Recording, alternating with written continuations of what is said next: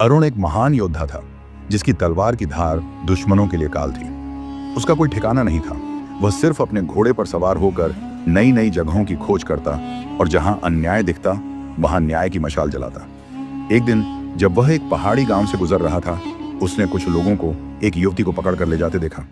वह काले वस्त्रों में थी और उसके हाथ रस्सियों से बंधे थे। अरुण ने उन गुंडों को ललकारा और कुछ ही क्षणों में उनकी तलवारें जमीन पर पड़ी थी। युवती उसकी ओर देख रही थी। उसकी आंखों में भय भी था और आभार भी।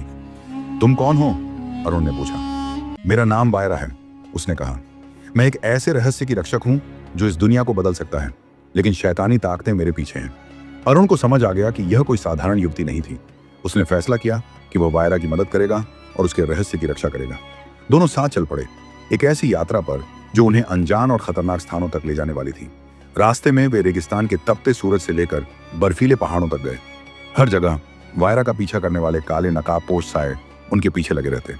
ये कौन है? अरुण ने एक दिन पूछा। वायरा ने एक गहरी सांस ली और कहा, ये काली छाया के लोग हैं।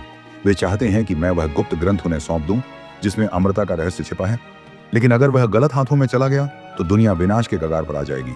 आखिरकार उनकी यात्रा उन्हें एक प्राचीन मंदिर तक ले आई जहां ग्रंथ छिपा हुआ था।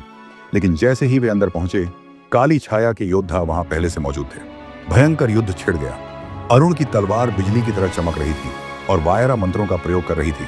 लड़ाई कठिन थी, लेकिन अंत में अरुण ने काली छाया के नेता को परास्त कर दिया। अब क्या होगा? अरुण ने पूछा। वायरा ने मुस्कुराकर कहा, अब मुझे इस रहस्य को सदा के लिए छुपाना होगा, लेकिन मेरी यात्रा यहीं समाप्त नहीं होती और तुम्हारी भी नहीं। अरुण ने घोड़े पर चढ़ते हुए कहा, तो फिर आगे कौन सी जगह पर चलना है? वायरा हंसी।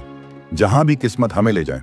और इस तरह एक योद्धा और एक रहस्यमयी लड़की नई जगहों की ओर चल पड़े। आगे का पार्ट देखने के लिए कमेंट करें।